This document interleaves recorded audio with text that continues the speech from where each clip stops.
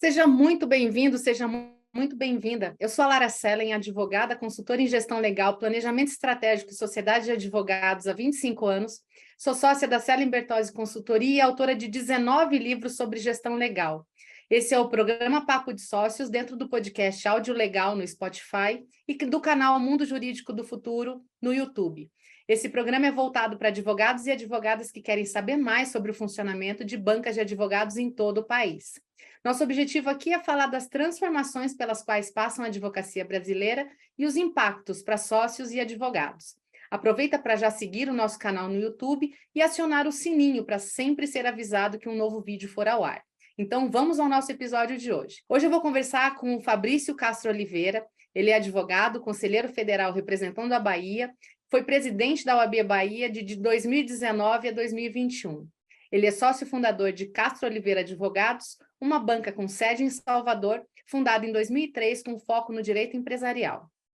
Eu já quero agradecer a presença dele aqui no nosso podcast e estou ansiosa para saber a visão que ele tem sobre a advocacia, a governança do Castro Oliveira e o futuro da sociedade de advogados.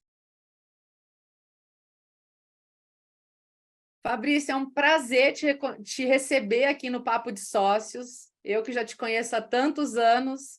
É uma alegria poder dividir com você esse momento aqui, porque eu te conheço há muito tempo, mas eu tenho certeza que tem detalhes da sua vida que eu desconheço. Então, seja bem-vindo, a palavra é tua, para a gente começar esse papo e aproveitar bem essa nossa horinha juntos. Olá, Lara, o prazer é meu, uma alegria imensa. Você sabe a admiração e a amizade que eu tenho por você. Você, uma profissional de grande reputação, tem contribuído tanto para o crescimento de vários escritórios de advocacia pelo Brasil inteiro. E você sempre inovando. E esse projeto Papo de Sócios é mais uma forma que você encontrou para difundir o tema de gestão no Brasil inteiro. E eu estou aqui à sua disposição para a gente trocar ideia. E ao final desse papo, com certeza, eu vou aprender bastante. Não, com certeza. Essa nossa ideia aqui eu tenho convidado sócios de escritório para contar primeiro a sua história, né? Porque como é que a gente chega a sócio? Como é que a gente começa um escritório? Como a gente vai formando essa história? Mas tem um começo lá, né? Você foi estagiário em algum momento da sua vida, né? Como todo mundo. E às vezes o teu escritório que já está aí desde 2003, fazendo 20 anos esse ano, né? Isso.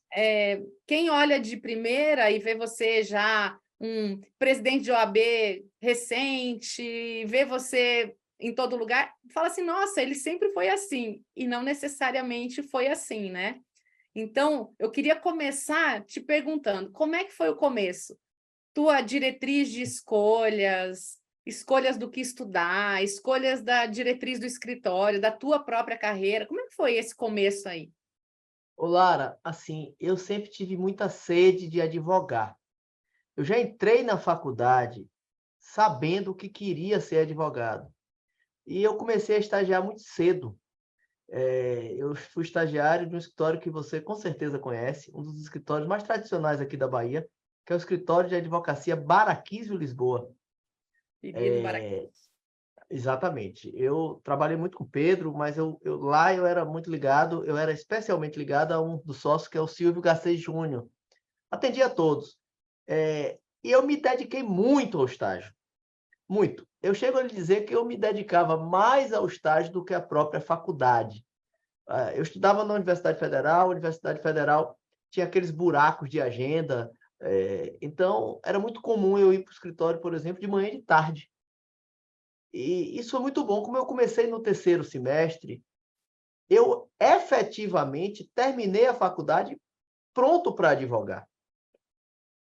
Eu, um, um ano antes de formar, a Silvia me chamou e disse, olha, você falta um ano para formar, mas você está pronto. Aí fez um acerto comigo, enfim, já ia ficar lá. Um ano antes já acertamos a nossa vida. Só que o que é que aconteceu? Logo que me formei, antes ainda de pegar a carteira da OAB, eu recebi uma proposta. Um amigo virou para mim e disse, era o procurador-geral do município de Salvador na época, fui resolver um problema com ele, e ele aí me disse, se você quer trabalhar numa grande empresa, Eu disse, sinceramente, não. Eu quero ter meu escritório, estou começando a advogar, estou no escritório que eu gosto. Aí ele riu e disse assim, traga aqui o currículo, sem compromisso. Isso era, tipo, terça-feira anterior à Semana Santa. Eu deixei na quarta de manhã, na quarta à noite eu estava na frente do dono da empresa, que era a Consultora OAS. Fui entrevistado pelo dono, na época, Dr. César Mata Pires, e eu fui trabalhar na OAS. Eu tive uma experiência grande no escritório Baraquizo e trabalhei 5 anos na Consultora OAS. Na Consultora OAS eu comecei, né, assim, na gerência jurídica Norte e Nordeste. Tinha um gerente, eu trabalhava junto com ele, eu me tornei o gerente logo após. Acumulei depois com a área de Tribunal de Contas e passei 5 anos lá. Eu tinha uma carreira que estava indo bem lá, estava indo bem, mas quando chegou mais ou menos com 5 anos de empresa, eles queriam que eu fosse para Brasília e bateu aquela... Quando eu entrava aqui, quem conhece o aeroporto de Salvador, conhece aquele bambuzal. Quando eu entrava naquele bambuzal, me dava uma angústia, porque eu não queria sair de Salvador. E eu tomei uma decisão que as pessoas diziam, você é louco, porque era um emprego dos sonhos. Era um emprego efetivamente dos sonhos. E eu era muito organizado, eu aí pedi as contas e montei o escritório do zero. Não tinha nada, não tinha nenhum cliente. E o escritório começou assim. Comecei aqui quem conhece Salvador bem, aqui nas Torres Gêmeas, no Salvador Trade Center, uma sala pequena de 30 metros quadrados. E aos poucos o escritório foi crescendo. Eu tinha uma atividade, não sei se você vai lembrar, da consultoria que a gente fez ainda há muitos anos, nessa parte estratégica. Eu tinha uma clientela muito ligada no início à área de engenharia, fui crescendo aos poucos, aí até que chegou a conformação atual do meu quadro societário, aos poucos. Hoje nós somos 5 sócios e temos uma boa quantidade de colaboradores e o escritório full service. Mas a minha carreira, resumidamente, foi assim. Eu comecei, fui para uma grande empresa, voltei para a advocacia.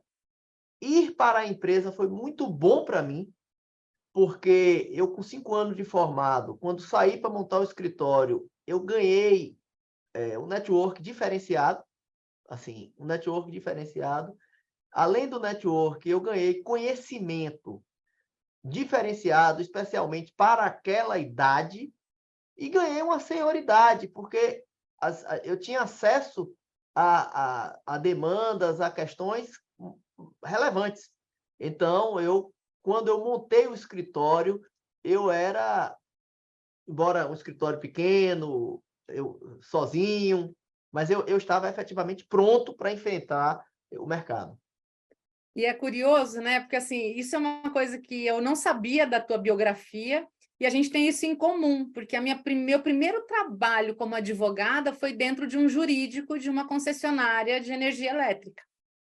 E eu Pois te é. digo que todo o meu conhecimento de gestão, a semente que foi plantada foi dentro da empresa, porque quando você está dentro de um jurídico, e você vai se lembrar muito bem disso, você obrigatoriamente tem que ter relacionamento interno com o departamento financeiro, com o departamento de RH, com o departamento de compras, com comercial. Então, muda a nossa visão jurídica das coisas estando dentro do cliente, né? Muda. Primeiro porque você tem uma visão sistêmica da necessidade do cliente, e você tem uma visão com relação ao atendimento. Eu vejo muitas vezes a advocacia olha muito apenas para a execução do trabalho e se desliga da parte do atendimento do cliente, da demanda do cliente. E essa experiência, para mim, foi fundamental. Você olhar que, do outro lado, tem todo um processo interno que vai muito além da pessoa com quem você trata. Você, às vezes, você trata com um diretor jurídico, mas ele tem toda uma estrutura atrás que cobra dele. Então, assim, essa experiência, para mim, foi muito boa. E eu tive a sorte, porque lá eu não ficava concentrado apenas no contencioso. Eu terminava entrando na parte do direito administrativo, participava muitas vezes de reuniões de gestão, então foi um aprendizado rico. Você não é o mesmo advogado sem passar dentro de uma empresa. Existe uma Não, diferença vital, principalmente para quem vai abrir o seu escritório depois, porque você já vai com a cabeça de ter um negócio, né? Não é ter um escritório só, uma sala. Você tem um negócio na mão, por mais que você esteja começando do zero, né? muda a cabeça, tanto no escritório como na própria ordem. Assim, quem é da Bahia sabe, eu sempre tive uma pegada de gestão, a questão do cumprimento do horário, a questão do cumprimento do prazo, a questão do planejamento. Eu sempre tive isso. Eu chego a lhe dizer que eu tinha um pouco disso desde antes, por inspiração de meu pai, que sempre foi muito ligado nessas questões, mas ter trabalhado numa empresa foi fundamental para que isso se consolidasse dentro de mim. Não, perfeito. E suas decisões de estudo ao longo desse caminho? Como é que você foi direcionando isso? Você teve isso ou foi meio orgânico assim? Eu tive, logo que eu me formei, eu fiz uma especialização em processo civil. Eu sempre achei que era relevante você conhecer processo civil. Eu fiz uma especialização em processo civil. Depois, estando na empresa, à época, eu fiz diversos cursos, mais ligados à atividade dos negócios, tá certo? O direito administrativo, mas nenhum curso específico de direito. Quando voltei para o escritório, eu fiz outra pós-graduação em processo civil. Eu nunca tive o pendor acadêmico, eu nunca tive, assim, o talento ou talvez a vontade de ser um professor, embora eu acho que ajuda até na advocacia. Então, eu nunca tive assim a vontade de dizer assim, olha, eu vou para o mestrado, eu vou para o doutorado. Eu sempre tive uma aplicação mais prática. Então, eu busquei sempre a questão do processo civil e cursos específicos ao longo de todo esse tempo. Entendi.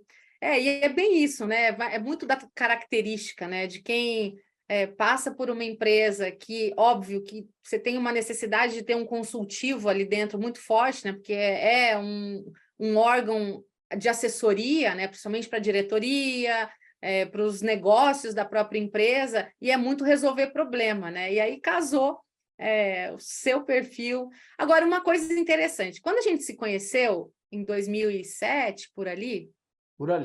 por ali, uma coisa que me chamava muita atenção em você, que você já tinha uma coisa de gestão. Eu não sabia, pela tua característica de perfil e posteriormente pela experiência que você teve dentro da empresa, mas eu já percebia isso você dentro do escritório já com uma pegada de uma percepção de necessidade, uma percepção de aprimoramento nesse campo, né? Até porque você estava formando sócios, você estava nesse momento de vamos estruturar para o escritório crescer de maneira Exatamente. sustentável e tal, né? Fez a diferença você ter passado pela empresa e na hora de montar teu escritório foi mais rápido entender o que precisava, o que era necessário? Total, total. Assim, o escritório, nos primeiros 10 anos, eu separo esse tempo. Os primeiros 10 anos foram anos realmente de crescimento, porque eu comecei só, após 10 anos, eu tinha mais 4 sócios, era eu e mais 4 sócios, e com um crescimento sustentável. Eu não sei se você vai lembrar, mas quando a gente fez aquela consultoria que você tinha um sistema de consultoria customizado, que eram 5, 6 escritórios, e a gente ia para o Paraná, e quando a gente ia, cada um e ficava um tempo nas áreas e voltava, eu cheguei lá com a planilha pronta. Lembro exatamente da cara da Eu planilha. cheguei com a planilha pronta e você disse, poxa, foi você que fez? Eu digo, foi. Aí você virou para mim e disse assim, sua planilha está quase perfeita. Mas tem um erro na sua planilha, porque eu tinha uma questão que na apuração, eu não fazia apuração do custo real. Eu fazia uma mensuração que antes de distribuir, que podia dar errado. Aí você diz, você só precisa fazer a mensuração real, a partir daí você faz a apuração. Isso foi 2007. De 2007 para cá, eu permaneço com a mesma planilha. Mudou o quê? O critério, o percentual, uma coisa ou outra, mas o critério é o mesmo. E eu tenho um acompanhamento dos resultados do escritório de 2007 para cá. Desde Uau! aquela época. Eu tenho... Então, o escritório teve, nos primeiros anos, um crescimento muito consistente, tá certo? Muito consistente. Eu nunca tive assim, um crescimento de uma hora para outra, mas foi sempre aos poucos. No segundo decênio, vamos dizer assim, já foi um pouco diferente, porque quando intensificou a minha participação na ordem. O escritório continuou tendo algum crescimento, mas é impossível, eu não tenho o dom da ubiquidade, eu não posso estar em 2 lugares ao mesmo tempo. Assim, eu me afastei muito do dia a dia da gestão do escritório, tá certo? Eu tinha, evidentemente, uma participação na gestão estratégica, nos processos mais estratégicos, mas, assim, eu me afastei naquele período, praticamente 10 anos, foram 9 anos, eu me afastei, e isso mudou um pouco o perfil do escritório. De 1 ano e meio para cá, eu voltei, tá certo? Voltei, assim, eu hoje não fico mais à frente da gestão estratégica, não, da gestão do dia a dia, gestão administrativa, tem um sócio nosso que faz, mas eu voltei, eu estou no escritório de manhã e tarde, todo dia, enfim, com uma visão, novamente, uma visão geral do escritório, e o escritório, enfim, eu acho que vai, nos próximos anos, crescer novamente. E hoje teu papel no escritório, claro, além do estratégico, a visão tal, você tem um papel de, por exemplo, o comercial do escritório está na tua mão? Assim, isso é uma Ou questão de está perfil. pulverizado entre os sócios? Não, isso é uma questão de perfil. Eu penso que nós somos 5 sócios, e, assim, alguns têm mais perfil, outros têm mais perfil. Eu tenho um perfil comercial, tá certo? Eu tenho um perfil, talvez de todos, eu quem tenho o maior perfil comercial. Mas eu tenho um outro sócio que também tem um bom perfil comercial. Eu já tenho um outro que é mais equilibrado, os outros 2 menos, mas enfim, a gente se equilibra nisso aí. Mas eu, assim, voltei para a parte estratégica, voltei à condução de processos, assim, eu estou bem feliz com essa nova fase. Agora, uma coisa, eu já tive N clientes que foram ou são dirigentes de ordem e a gente sabe o impacto que um sócio que escolhe o caminho, né, da política de ordem, a gente sabe. Quando fala assim, eu vou me candidatar a presidente porque eu vou fazer uma rotina de meio período no escritório. Não existe, Esquece, não você não existe, vai conseguir isso, né? não existe. Ter sócios e estar com a organização em dia facilitou muito o teu processo, né, Assim, Fabrício? meu escritório, Lara, você conhece, é um escritório estruturado, organizado, e eu tenho 4 super sócios. Assim, eles, durante todo esse tempo, eles conseguiram levar bem o escritório, não tivemos, sob o ponto de vista da condução do dia a dia do escritório, nenhum problema. Mas nem todo mundo que entra na ordem tem essa estrutura, tá certo? E isso é um problema. Eu vi vários casos, Paga preço, né? Paga preço. paga o preço, assim. Eu tenho uma estrutura, assim, e aí vem da questão da gestão lá de trás, tá certo? Claro. Assim, o fato de eu ter tido a visão de gestão e da organização, e eu não querer fazer tudo ao mesmo tempo, quando eu entendi que eu tinha sido engolido pelas atividades da ordem para muita coisa, eu soube organizar aqui interno, eu abri mão das questões de gestão administrativa e não quero mais de volta. Sinceramente, eu acho que está sendo melhor para o escritório dessa forma, e eu voltei, mas eu voltei assim, estou na gestão, mas numa gestão mais estratégica, enfim, contribuindo de uma forma que eu acho muito mais eficiente para o próprio escritório, tá certo? O meu tempo hoje, que eu voltei, está melhor empregado em favor do escritório do que se eu estivesse cuidando de assinar cheque, de resolver questão de pessoal, essas coisas todas. E a importância da delegação, né? Porque tem, assim, existe uma lenda que corre na advocacia que o advogado é muito centralizador, que Eu ele não que sou. faz, que ele quis. Só que se você é centralizador, você não consegue dar esses outros passos maiores, né? Ó, eu acredito, não existe uma receita de bolo. Não. Se você tem uma boutique, o cara trabalha só, não sei o quê, vai. Mas nessa estrutura de advocacia que a gente tem hoje, nesse perfil de full service, você tem que ter uma boutique com gente. Uma coisa que eu aprendi há muitos anos, desde antes da ordem, mas na ordem se acentuou. Eu nunca vou para um caso só. Eu sempre pego o caso com alguém, porque é alguém que vai dividir com você, é alguém que você, se você viajou, você pode saber que o cliente ligando vai atender. Assim, aqui a gente sempre trabalha em dupla, ou até 2 ou 3 juntos. Ninguém faz só uma coisa, tá certo? Assim, eu acho que assim funciona melhor. É o seu backup, né? Porque você não pode estar com todas as responsabilidades concentradas, porque coisas acontecem também, a gente tem que entender Pois que é, às e vezes vai funciona melhor. acontecer. Eu sempre, assim, é assim no escritório, assim na ordem foi assim, eu delego, sempre fui. Eu acho que a gente tem que ter a capacidade de escolher direito e saber cobrar. Evidentemente, se isso não acontecer, pode dar problema. Por isso que o gestor tem que estar atento a quem é o time, né? Exatamente. Por E que que eu você, escolho A ou B, né? e você precisa ter no escritório perfis complementares. Assim, eu não preciso ter uma cópia minha. Eu não preciso. Eu preciso ter pessoas que tenham habilidades complementares às que eu não tenho, porque é assim que as coisas acontecem. Com certeza, cada um no seu melhor, né? E quando a gente vê um escritório, e aí, claro, você sabe melhor do que eu, que nós temos aí, sob o ponto de vista da gestão, né? É, o enfoque humano, a escolha da equipe, desde o estagiário, tem que ter olho para enxergar alguém que está entrando para a equipe e não é para ele sair daqui a um ano, é para ele ficar no escritório, né? É muito investimento de conhecimento, de mentoria que o escritório faz com aquela pessoa que está integrando, né? Aí você tem as questões de organização de produção jurídica, prazo, processo, cliente, relatório, enfim, cada sistema.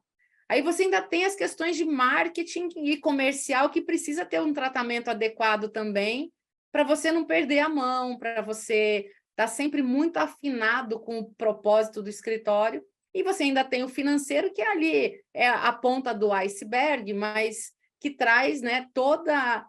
Se fizermos bem o dever de casa, essa ponta do iceberg vai aparecer mais ou menos, né? É isso Se aí. fizermos mal, vai afundando, vai aparecendo menos. Então, a gente tem que estar um olho lá e um olho aqui. Então, e são habilidades completamente diferentes, né? Quem tem o viés comercial, às vezes ele não vai ter o viés de organização do processo, aquela coisa detalhada, metódica. Então, tudo isso não vai encontrar num único ser humano, é muito difícil. Então, olhar a equipe e falar o que o escritório precisa. E aí não é o que nós precisamos, é o que o escritório precisa para fazer frente a tudo que cliente acreditou na gente, e que acreditou na gente, vai ter que ter de resposta, né? Exatamente. Você tem que entender que as pessoas têm perfil diferente. Essa semana mesmo eu estava discutindo um processo, e aí na hora que você escalar o time, tem uma pessoa que faz a pesquisa melhor. Vai pesquisar melhor a jurisprudência, vai pesquisar melhor a doutrina, mas às vezes tem uma outra pessoa que às vezes tem uma visão estratégica melhor do processo. Outra conhece melhor as pessoas. Quando eu digo melhor as pessoas, é o perfil das pessoas. Ou seja, você tem que ter uma visão global, tá certo? Assim, eu tento implementar as coisas dessa forma, formando um time em que as pessoas com habilidades complementares vão uma contribuindo com a outra. Engraçado, eu fui assistir Oppenheimer esse final de semana, né? Filmaço, Está na aliás, lista. recomendo, tem que assistir, né?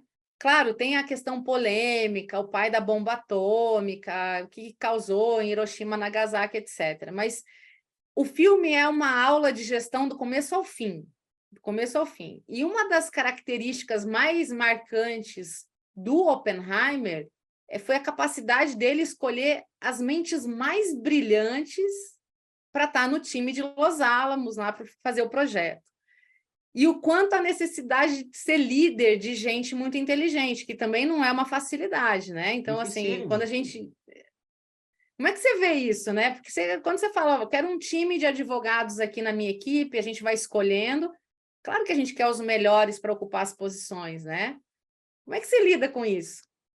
Não, é isso. Formar time, as pessoas têm que entender que o coletivo é mais importante que o individual. Ah, o cara quer sustentar naquele processo. Olha, o bom para sustentar aí não é você, é ele ou é ela. Enfim, as pessoas têm que ter essa compreensão de que tem que jogar para o time. As individualidades têm que perder um pouco a vaidade.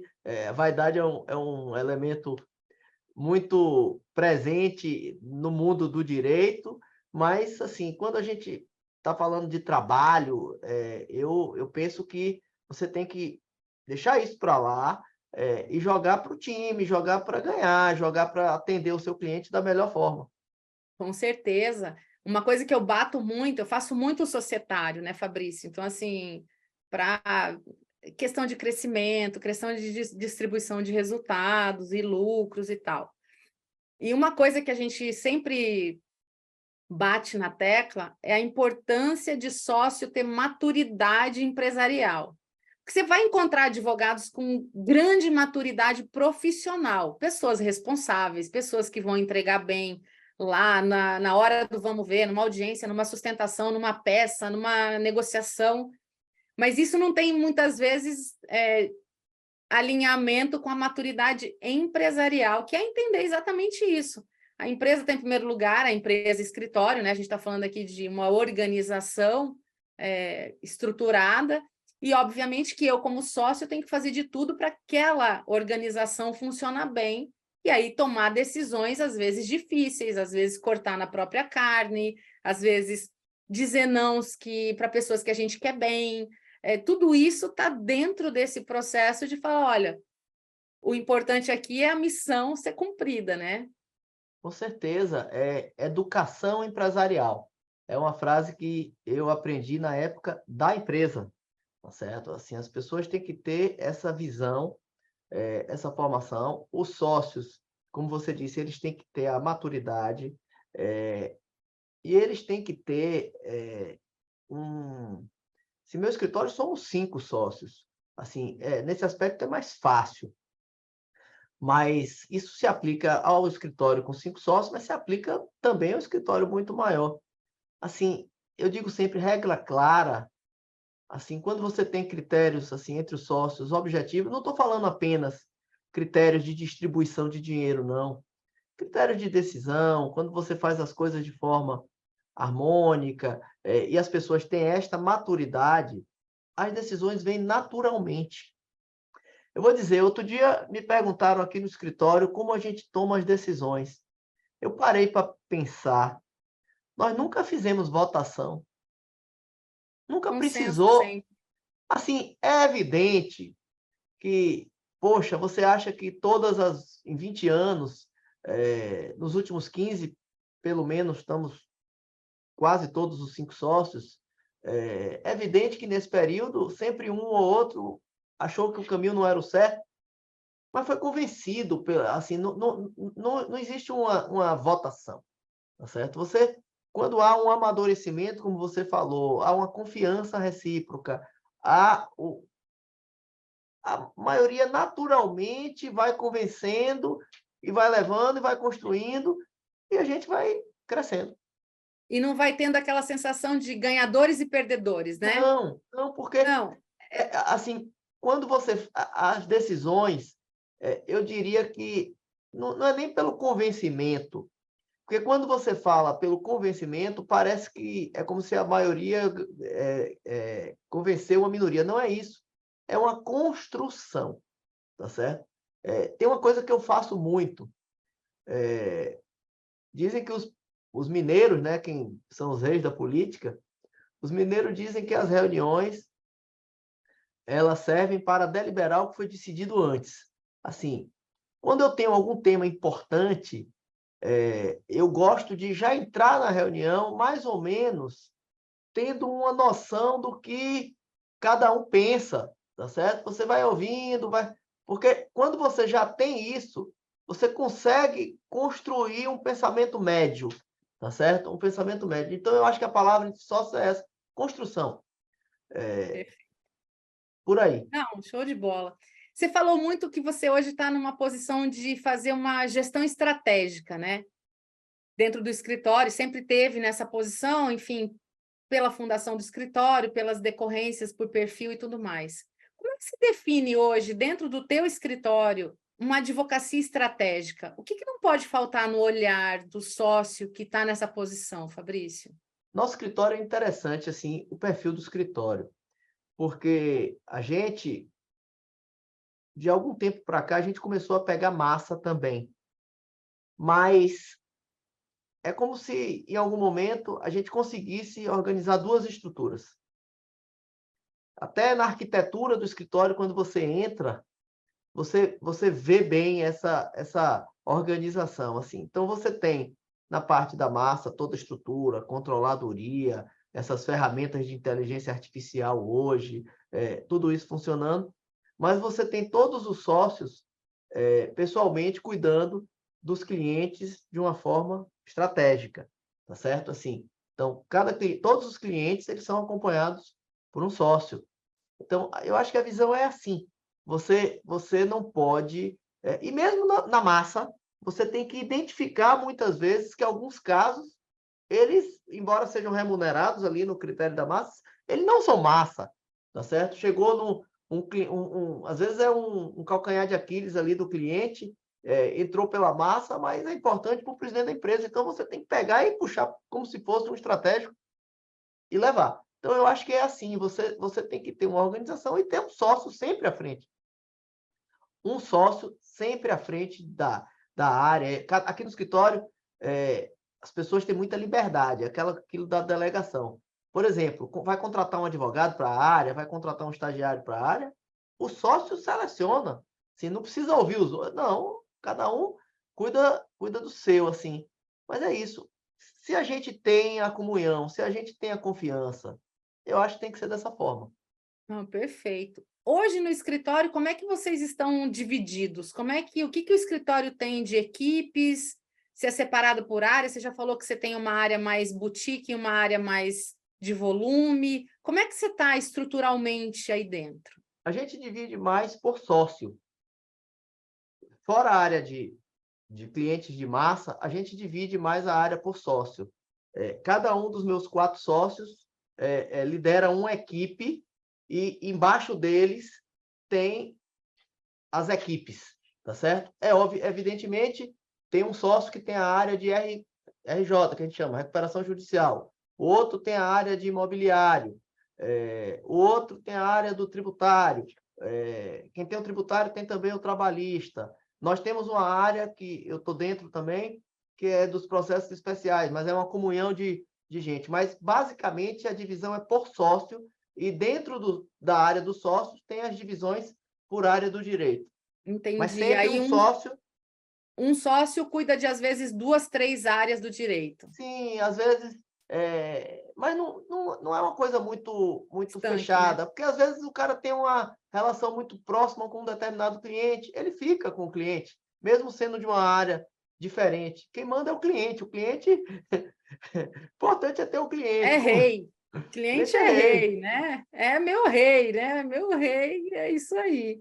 Não, muito Exatamente. legal. Vocês são quantos hoje no escritório, Fabrício? Nós somos 5 sócios e 46, e contando os 5 sócios, 46 advogados. E mais um time administrativo? Somando estagiário, administrativo, somos entre 70 e 75. É bastante gente, né? Bastante gente para administrar, mas que bom, né? Eu fico orgulhosíssima, né? Eu que vi o escritório lá num começo, que ainda eu fico orgulhosa, assim. Tia Lara fica orgulhosa de Tá ver. bom, tá bom. Tá Eu bom. acho que tamanho não mede escritório, tá Não. certo? Tamanho não mede escritório. Assim, quantidade de advogado não mede escritório. Assim, cada um constrói uma história. No caso da gente, por exemplo, a gente consegue caminhar tanto na parte de massa como na parte do estratégico. A gente tem conseguido fazer isso. Mas eu não posso dizer que uma coisa é melhor do que outra, é o perfil, tá certo? Assim, a nossa história tem sido essa. E cada característica, né? Assim, não existe, apesar de todos os escritórios do Brasil prestarem serviços jurídicos, não tem um igual ao outro. Você vai Não, formando. e você tem que considerar o perfil dos sócios, o perfil do lugar que o escritório está estabelecido. Sem dúvida. Assim, eu costumo dizer o seguinte, por exemplo, em São Paulo, o cara muitas vezes pode se especializar, ter um nível de especialização. Vamos falar aqui, RJ. Nosso escritório faz bastante RJ. Eu tenho um sócio que tem uma formação muito boa na área de recuperação judicial. Mas você não tem condição de montar um escritório em Salvador, na minha perspectiva. Peço desculpa a quem pensa o contrário. Na minha perspectiva, você não dá para montar um escritório só disso, porque você vai fazer quantas por ano? Você vai fazer 4, 5 por ano, tá certo? Em São Paulo, você consegue fazer, o cara se especializa em advogar para credor em RJ, o outro se especializa para advogar em devedor em RJ, o outro se especializa para trabalhar só em massa falida, assim, porque a massa de clientes é muito maior. Então, cada região, tem cidades que talvez a pessoa não consiga nenhuma RJ para trabalhar, porque não tem uma massa econômica para isso. Então, você tem que se adequar às características do espaço que você vive. Não dá para tentar inventar a roda e você dizer assim, eu vou ser especialista em M&A, mas cadê o A M&A? Se não pergunta tem é na essa. sua região. É isso aí. Não, com certeza. Hoje, depois da pandemia, e vendo o escritório com todo esse contingente, vocês atuando no full service, enfim, vocês hoje estão com clientes exclusivamente dentro da Bahia, ou vocês já isso Não, Brasil inteiro. A gente o tem Brasil cliente inteiro do está Brasil sendo inteiro. atendido? Não, Tem cliente do perfeito. Brasil inteiro. A gente tem. A gente tem hoje, Lara, quando eu comecei, eu tinha um perfil de cliente que, sob o ponto de vista do segmento econômico, eles eram da área de engenharia. O cara é uma construtora, tinha um problema trabalhista, ele vinha para o escritório. Tinha um problema tributário, vinha para o escritório. Mas eles eram basicamente da área de engenharia. O escritório foi crescendo. Hoje a gente tem atuação em todos os segmentos, quase todos os segmentos, e cliente de todos os portes, do pequeno, do médio e do grande. Assim, Show de bola. é bem diversificado hoje. Isso faz com que a equipe tenha um conhecimento sobre diferentes negócios também, o que ajuda, né? Todo tipo de atividade, assim. Não, muito legal. Uma outra coisa que eu quero te perguntar do escritório é o seguinte: eu vejo assim que existe um movimento em alguns escritórios que a gente conversa, tal. Claro, a gestão de um escritório de 5 pessoas, ela é muito menos complexa que um escritório de 70 pessoas. Você tem muito mais volume de alguns tipos de problema, quanto mais pessoas você tiver no teu contingente, do que quando você cabe numa sala pequena e está tudo bem, está tudo certo. E vai se naturalmente pensando no sistema de delegação, e claro que existe uma demanda grande de gestão quando você vai ampliando aí essa complexidade, da gestão estar na mão de alguém exclusivo, né, para poder tocar essa parte. Como é que você vê a questão de você contratar um, entre aspas, aqui, CEO, gestor, o que seja, para tocar essa parte, ou isso fica na mão de um sócio que ergue a mão e fala, ó, eu vou fazer menos jurídico, vou fazer menos captação para ficar olhando para dentro, porque não dá para estar em todos os lugares também, né? Como é que você vê isso? Olha, depende do porte do escritório. Assim, se você for pegar os big escritórios, grandes escritórios do Brasil, cabe um CEO, cabe até o CEO, o CFO, cabe tudo. Assim, eu não acho que num porte como o nosso, você caiba um CEO. Você pode ter o gerente administrativo, tem que ter, muitas vezes, um apoio administrativo nessa área. Agora, eu acho que funciona melhor como um sócio. Não para o sócio ficar dedicado a isso e se afastar das funções, eu não acho que precise, tá certo? Aqui no escritório, no início, durante os primeiros 10, 12 anos, eu fiz toda a função administrativa de A a Z. Hoje, eu divido um pouco, Maurício, meu sócio, faz muito mais do que eu, faz 90%.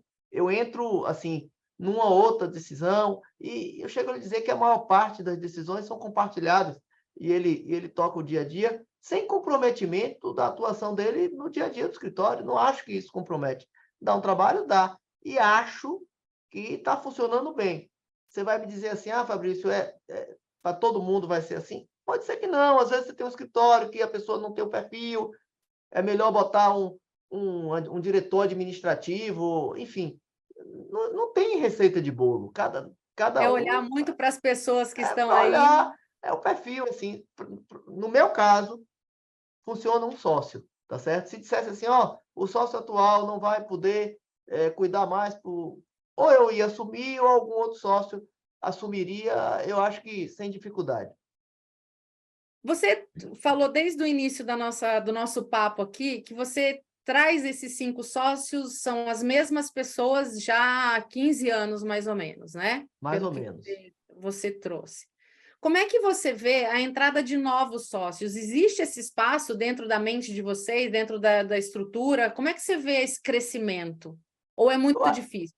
Assim, Lara, existe, mas as coisas têm que acontecer de uma forma justificada, tá certo? As pessoas não vão se tornar sócios porque tem que obrigatoriamente se tornar sócio. É preciso que o escritório cresça, é preciso que tenha cliente para isso, é preciso que a pessoa tenha as habilidades necessárias para isso. Eu não acho que eu tenha que fazer necessariamente um plano de carreira e a pessoa vá seguindo, seguindo, seguindo, e no final, obrigatoriamente, tenha que virar sócio. A pessoa tem cliente, se tem cliente, naturalmente a chance vai aumentar muito. Não tem cliente, mas é uma pessoa que é indispensável para a execução do serviço, ela se justifica de outra forma. Eu acho que eu não gosto de ser muito lacrado, fechado. Eu sou aberto a isso. Agora, tem que ter uma lógica, tem que ter uma construção. Não tem sentido você fazer as coisas no papel. Eu costumo dizer, papel aceita qualquer coisa, tá certo? Eu acho que a gente não tem que vender ilusão agora. Pessoas, aqui a gente incentiva, por exemplo, que os advogados tenham clientes. Podem ter clientes independente do escritório, tá certo? Não tem problema. Porque eu acredito que a advocacia é importante para a formação da pessoa ter cliente, cobrar honorários, cobrar se o cara não está pagando em dia, formular proposta, atender o cliente próprio. Então, isso é um processo de formação. Então, eu não sou fechado a isso, mas, ao mesmo tempo, eu não acho que isso é obrigatório. Você vai dizer, Fabrício, pode acontecer? Pode. Eu vejo pessoas que têm essa potencialidade, como vi outras pessoas ao longo do tempo que tinham a possibilidade e, por uma razão ou outra, terminou que não viraram, ou porque saíram, ou enfim, cada uma tem um objetivo na vida. Não, perfeito. É aquela história, você não contrata sócio, você convida sócio quando você se Isso, depara com o teu sócio, né? exatamente. É quase que uma identificação, um casamento profissional. Então, não é botar no jornal, estou contratando sócio. E tem Faz uma sentido. outra questão que, para mim, é importante. Além dessa questão econômica, da clientela, do pagamento, tem a questão pessoal, tá certo? A gente tem uma sociedade aqui, assim, não existe perfeição, mas nós temos uma sociedade muito equilibrada. As pessoas se conhecem há muitos anos, tá certo? Todos nos conhecemos há muitos anos, assim, e a gente tem uma relação muito boa, tá certo? Assim, eu sou muito preocupado na manutenção desse equilíbrio. Então, assim, para entrar, e a gente já tem outras pessoas que vêm no escritório, não como sócio, mas como parceiros, numa caminhada próxima, pode vir a chegar, tá certo? Mas sempre na linha que é muito importante ser pessoa leve, tá certo? Eu não consigo chegar no escritório, ter que olhar para a pessoa e dizer assim, poxa, essa pessoa não é leve, assim. Eu já tive casos, Lara, eu me lembro, uma vez a gente foi contratar um advogado trabalhista. Aí chegou uma pessoa super qualificada para a pessoa. Para a vaga, para a pessoa não. Pessoa super qualificada, especialização, papapá. Assim, tinha uma experiência além da função. E queria muito a função, mas não bateu. Eu vi na hora, eu senti o cheiro da confusão. Aí eu disse, olha, muito obrigado por você ter mandado, mas eu acho que você é super qualificado. Não, não quero. Assim, tem que bater a energia também. O escritório, ele é de convivência, né? De Se essa convivência convivência. for difícil, fica difícil. Eu adoro vir, eu venho para o escritório todo dia, de manhã e de tarde. Eu gosto de vir para o escritório, eu evito trabalhar em casa. Enfim, eu acordo muito cedo, eu acordei, faço meu exercício, eu venho para o escritório. Você já pensou, você tem que fazer isso e não querer abrir a porta da sala porque vai encontrar alguém? Não quero isso, não. É sua casa, né? Vamos Minha chamar, vamos falar a casa, verdade, é sua minha casa. casa. Se você A não gente fica tiver mais tempo vontade em de ir para casa, casa, a gente fica mais tempo no escritório, em hora útil do dia, do que em casa. exato, tem que conviver com quem escolheu, né? Exatamente. Não, com certeza. Eu queria ouvir de você o seguinte: você passou aí 9 anos dentro da OAB, convivendo com advogados do interior, da capital, de outros lugares do Brasil. E o que que você vê hoje? Porque assim, a gente já está apontando para 2030, né? Já está logo ali, está virando a esquina, daqui a pouco a gente chega lá numa velocidade muito grande. Como é que você vê o desenvolvimento hoje, profissional, da advocacia, que você conviveu na Bahia e fora da Bahia, em termos de pessoas querendo assumir mais responsabilidades, querendo realmente vir para o mercado de uma maneira mais efetiva? Porque a gente está falando aqui de escritório. E, lógico, você tem o seu exemplo do escritório, a sua realidade, mas a gente tem todo um mercado que precisa de pessoas querendo mais. É uma carência que escritórios têm, de uma maneira geral, de profissionais mais engajados, que levam mais a sério a relação com o cliente, a relação do estudo, enfim, é uma necessidade dos escritórios ter pessoas assim. Como é que você vê qual o retrato que você traça dessa geração? Isso faz a diferença? Não faz? Há uma diferença entre a geração que você se formou, ou isso é uma mera, né, coincidência aí, ou uma mudança só de alfabetização, né? No seu caso, você formou que ano mesmo, Fabrício? Pô, minha turma é de 97. Sua turma é de 97, é quase perto da minha, eu sou um pouco mais velha que você. Mas, assim, a gente foi alfabetizado analogicamente, a gente Sim. não foi alfabetizado de Eu outra não usei forma. celular na faculdade. Aliás, eu não usei computador na faculdade, internet. Computador eu usei, não usei internet na Não faculdade. tinha Celular eu usei. Google, não tinha Não nada tinha, disso, que era no Google? Não, livro. não tinha, não tinha internet, só quem tinha acesso eram os professores universitários. Eu não E tive ainda acesso. aquela discada, que era E, chiada, que era um horror, aquilo não tinha a menor condição. Então, assim, como é que você vê hoje, para onde está apontando a advocacia para os próximos anos? Inteligência artificial, como é que você vê esse... ô, Lara, excelente pergunta. E a ordem me permitiu ver outro mundo. É como se a gente vivesse dois mundos. A advocacia, historicamente, era uma profissão elitizada. Esse mundo que a gente está acostumado, das sociedades médias e grandes, pessoas normalmente bem-nascidas, pessoas bem-nascidas que eu digo, entenda, sob o ponto de vista financeiro, sob o ponto de vista de ter tudo na mão, efetivamente, pessoas que tiveram escola boa, faculdade boa, maior parte aqui na Bahia, muitos como eu, Universidade Federal, gratuita, pessoas que tiveram acesso à especialização, alguns mestrado, doutorado, que tinham de berço, muitas vezes, relacionamento para entrar no escritório de ponta. Este é um mundo, este é um mundo, uma bolha, vamos chamar assim. Tem muita gente que vive essa bolha. A ordem me permitiu ver outro mundo. Assim, nós vivemos um momento de transformação social. Assim, eu tive, assim, dos eventos da ordem, o que eu mais gosto é a entrega de carteira. Quando você... eu tive vontade de chorar algumas vezes. Quando você entregava a carteira, isso em Salvador, não é no interior do estado. E você via os pais e a pessoa que ia receber a carteira chorando, os pais muitas vezes indo lá de alpercata, porque ele é da roça. Então, nós vivemos um momento de transformação social. E isso tem um impacto muito grande para o bem, efetivamente para o bem, mas isso é resultado de uma coisa que a gente tem que se preocupar, porque tem um impacto geral, que é o seguinte: quando eu fiz vestibular, a Bahia tinha 3 faculdades de direito: a Federal, a Católica e faculdade 3 ou 4, Ilhéus e Vitória da Conquista, tá certo? Hoje, a Bahia deve não, a Bahia tem mais de 50 faculdades de direito. O nível da educação nas faculdades de direito é muito baixo, o nível médio é muito baixo. E isso tem um impacto muito grande.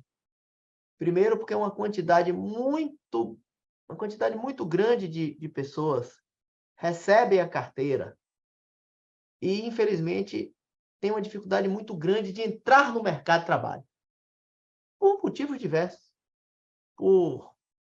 Às vezes porque não teve base na escola, às vezes porque a faculdade que formou, muitas vezes, a gente diz, em alguns casos, é um caso de estelionato educacional, tá certo? Então, isso tem um impacto muito grande. As seleções nos escritórios médios e grandes hoje é uma seleção difícil, porque muitas vezes você vai fazer uma prova, você vai fazer... e as pessoas não conseguem fazer a prova no nível que você espera. E elas não têm culpa. Elas não têm culpa, porque elas vão atrás da formação após se formar. Após se formar, é que elas vão efetivamente, muitas vezes, estudar e, quem sabe, depois se tornar bons profissionais. Mas isso tem um impacto muito grande, assim, no mercado, tá certo? O mercado da advocacia está transformado.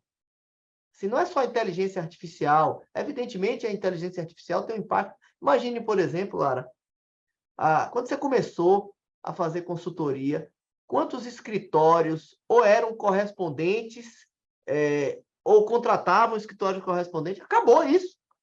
Não existe mais esse serviço. Eu não estou falando apenas desse tipo de transformação. Eu estou falando da transformação de perfil.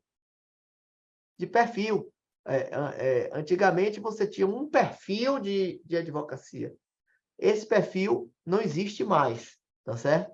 Não existe mais. Quem está ali na elite vai continuar sobrevivendo bem, porque, enfim, já tem um mercado e, enfim, o mercado ele tende até a crescer. Mas me preocupa muito, a um médio prazo. Eu tenho até uma palestra que eu faço, que eu comecei a fazer quando eu quis ser candidato, que é como enfrentar e vencer os desafios no início de carreira, que eu via muitas vezes as pessoas desistindo antes de começar.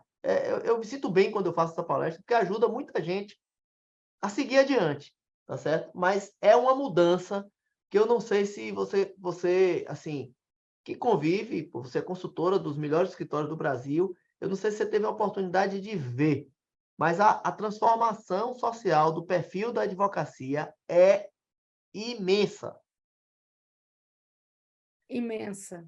Assim, quando a gente vê... Outro dia eu fui para uma reunião do César, eu fiquei muito impressionado. Um grande escritório brasileiro, não vou dizer o estado, uma história admirável, inclusive, um amigo meu é sócio, tem mais de 400 robôs. Ele usa mais de 400 robôs.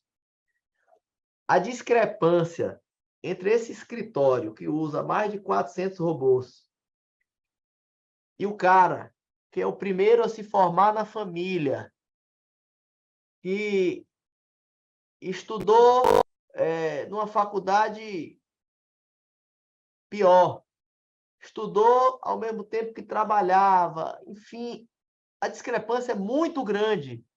E é uma discrepância que, se você olhar para 15 anos atrás, não existia. tá certo? Um degrau tão grande, né? Não existia com degrau tão grande. Você pegava... eu me lembro quando eu comecei, por exemplo. Quando eu comecei há 20 anos atrás no meu escritório, você olhava para o maior escritório da Bahia e dizia, porra, e até hoje são pessoas que eu admiro, mas assim, eu olhava e dizia, pô, se eu fizer, eu posso chegar lá. Eu sabia que eu podia chegar, tá certo? Eu não sabia se eu queria aquele perfil, tá certo? Mas eu sabia que eu podia chegar. Mas não E era um sonho intransponível, né? não Uma era, porque, coisa... observe, a gente teve a escola boa, estrutura em casa, Universidade Federal. Se eu precisasse de uma grana para montar um escritório, eu tinha. E hoje você tem um perfil que é diferente. Então, assim, a gente tem que cuidar desse perfil, tá certo? A gente tem que cuidar.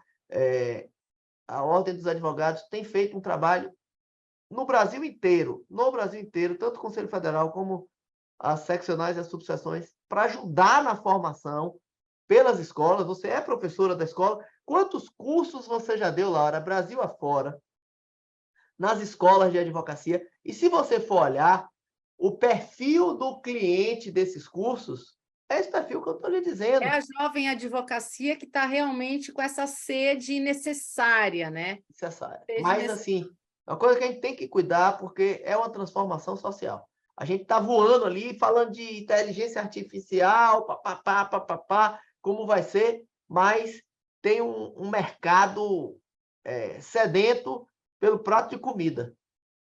Uma coisa assim que eu sempre converso com o Bertozzi, a gente sempre discute muito, né? Quando a gente pega, e eu concordo com você que existe essa bolha, quando você pega, por exemplo, uma edição da Análise 500, que você tem ali os escritórios e advogados mais admirados, e, enfim, né, com todos os seus predicados ali, existe uma invisibilidade de um mercado jurídico que não está na revista, ele não vai aparecer em canto nenhum, vamos chamar assim, que é essa advocacia de interior, essa advocacia do advogado sozinho, porque a gente sabe que o Brasil, de uma maneira geral, todos os estados, uns mais, outros menos, mas a advocacia brasileira ela é feita de escritórios com até 5 advogados. Exatamente. 95% da advocacia brasileira, se você for pensar em números de escritório, 95% é o pequeno escritório. E aí, dentro dessa visão de pequeno escritório, tem todas essas questões que você trouxe de formação, de dificuldade de acesso, de falta de networking, entre outras, né, Noções questões. básicas de gestão, Noções básicas. básicas de como cuidar do seu dinheiro, Cuidar de dinheiro, como é dividir, cuidar, como é separar a que pessoa física da jurídica, coisas mínimas. básica, né? E aí você tem ali, dentro desse perfil, um cobertor muito curto. Eu tenho, assim, desde o meu início, Fabrício, assim, eu que sou advogada, eu sou de uma cidade, de um estado do interior do Brasil, eu não estou nas grandes capitais, eu vim morar depois em Curitiba, mas eu sou de Campo Grande, Mato Grosso do Sul, um lugar de interior, é interior, né? E uma coisa que eu te digo é isso, a gente, no interior, a forma de se fazer advocacia, ela é completamente diferente. Se você sente hoje que na Bahia não dá para você colocar um escritório especializadíssimo em recuperação judicial, Imagine. para o interior você tem que fazer de tudo. E Claro. esse fazer de tudo num escritório pequeno, onde só tem você e seu sócio, ou só você, hoje com a sociedade individual, graças a Deus, veio para ajudar esse advogado solitário, né, a pagar menos imposto, que, pelo amor de Deus, né, ninguém merece 27,5% da sua renda ser levada, né, em tributos. Então, que bom que temos aí a sociedade individual. Mas você tem um cobertor curtinho financeiro, um cobertor curtinho de tempo, porque 10, 12 clientes, se a pessoa vai atuar para pessoa física lá no interior, de previdenciário, ou um criminal, ou alguma coisa assim, rapidinho você ocupa a sua agenda, se Deus quiser, né? Quando você funciona, dá certo e você começa a desenvolver, e o cobertor é curto. e a falta dos conhecimentos de gestão para você aproveitar melhor as suas potencialidades, o seu tempo, o seu dinheiro, gastar direito o dinheiro que ganha, já é difícil ganhar. Quando ganha, ainda aplica errado, ainda gasta errado, Joga não fora. controla certo, é mais judiação, assim, eu me corto o coração. Desde que eu comecei, eu tinha uma preocupação muito grande de falar assim, ó, os grandes escritórios têm total condição de contratar um CEO, um CFO, um CTO, qualquer C da vida, um gestor, um cara que formou em RH, um cara que formou em finanças, tem condições. Então, assim, não me preocupo tanto com o desenvolvimento deles, assim, porque eles têm condições de fazer a coisa acontecer. Mas o pequeno, especialmente o pequeno, ele sofre muito mais pela falta de conhecimento de gestão, porque conhecimento técnico necessário sempre vai ser, ele é o carro-chefe de um escritório, não adianta prometer para o cliente uma coisa que você não consegue entregar, também tem que ter muita consciência disso, né? Não é porque é advogado que consegue fazer tudo, tem que ter essa responsabilidade com o cliente, mas quando falta o conhecimento da gestão, ele gasta muito mais tempo, dinheiro, estrutura, desgasta, a pressão, não sabe fazer a forma de se expor, não consegue fazer, enfim. Então, assim, eu tiro o chapéu para a ordem nesse aspecto, porque realmente existe um problema consolidado. A gente poderia ir pela caça às bruxas, assim. Nossa, por que deixaram tanta faculdade? Esse estelionato educacional que a gente sofre, por que liberaram tanto? Porque isso prometeu para essas pessoas uma vida X, e aí, na realidade, ela vai chegar para a vida real e vai falar assim, cadê o sucesso que eu ia ter por eu me formar como advogado? Né? Me disseram que era a melhor profissão do mundo, e aí, de repente, eu dou de cara com um mercado difícil, cruel. E é isso, essa é a vida real. A gente também não tem que romantizar muito isso, não. É isso aí. Mas a gente precisa realmente, assim, temos a situação para lidar e a ordem tem uma responsabilidade em tentar ajudar essas pessoas na medida do possível, que também tem um limite, né? Mas, enfim, é isso, assim, eu enxergo esse 2030 ainda com um volume muito alto de profissionais no mercado, porque não vai, a indústria educacional não vai parar nesse sentido, né? A gente já tem uma trava boa, que é a questão do exame de ordem, que precisa para a gente não, né? Ele calibra um pouco esse problema, né? Que foi formado, enfim, por N razões. E eu penso que a gente tem que, talvez, trazer como papos como esse, que a gente espera que sirva de inspiração para quem nos ouve, nos assiste, e esteja aí em qualquer patamar da carreira que estiver, tenha uma expectativa de falar assim, olha, existe luz no fim do túnel, também não vamos ser tão derrotistas assim. O Brasil aí com 210 milhões de pessoas com problemas diários jurídicos. Se casam, se separam, tem filho, bate o carro, tem um problema na geladeira ali que não entregaram errado. Você tem problemas do cotidiano jurídicos que precisam de advogado cuidando, porque também existe uma população necessitada de atenção jurídica, né? Então a gente não pode ver que não tem luz no fim do túnel. O que talvez não aconteça é aquele advogado que está lá na ponta, fala assim, eu quero advogar para grande empresa. Pera, o salto é muito grande, então você pisa no chão, olha em volta de você, o que você pode fazer para a sua comunidade, para a sua cidade, para o seu interior, analisa os problemas. Agora, não se contente com o que você recebeu na faculdade em termos de conhecimento. Corre atrás de outras coisas, né? Perfeito. Eu digo o seguinte, eu sou muito otimista. Eu tenho uma preocupação com quem está entrando sem as condições e trabalhei e trabalho muito para colaborar com a formação dessas pessoas, difundindo informação sobre gestão, sobre tributação, cursos de conhecimento, mas, ao mesmo tempo, eu acredito muito nas oportunidades. Assim, quem estiver preparado, quem se planejar bem, vai se dar cada vez melhor. tá certo? Porque o mercado está aí, o mercado é um mercado crescente, tá certo? Nós temos um mercado crescente. As ferramentas de gestão que são disponibilizadas, elas estão cada vez melhores. Imagine como era há 20 anos Mais atrás. acessíveis, né? Não tinha Não, antes. imagine há 20 anos atrás como é que você fazia para gerir, sei lá, eu não sei se ainda era a planilha de Excel, mas hoje você faz lá, captura pelo sistema, pelo número do processo. Hoje você faz uma pesquisa para saber se naquele tipo de processo que você recebeu, qual a chance de ganho. Se você recebe um processo hoje, então, assim, as ferramentas estão disponibilizadas. Assim, então, assim, 2030, 2040, Darwin. Darwin. As espécies mais preparadas vão sobreviver, tá certo? Assim, eu não tenho dúvida disso.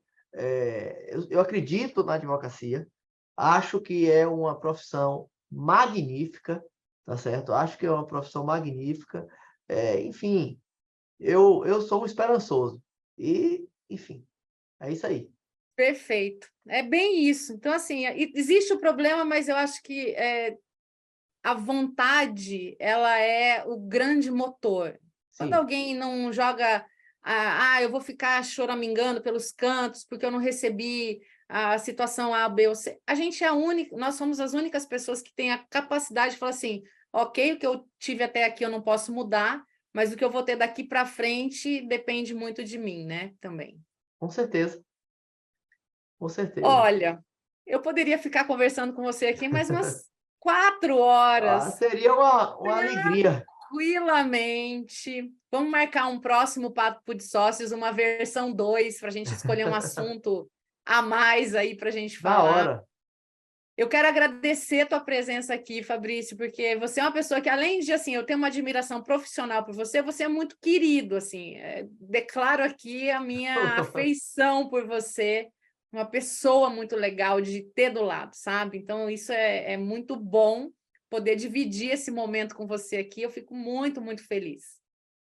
Minha amiga, sem qualquer politicamente correto, tá certo? Assim, de coração, você também é queridíssima, muito admirada. Assim, eu estou muito feliz de ter tido a oportunidade de trocar essa ideia com você, tá certo? Assim, falar um pouco do que a gente pensa. Nessa conversa aqui, várias coisas surgiram na minha cabeça, várias ideias surgiram.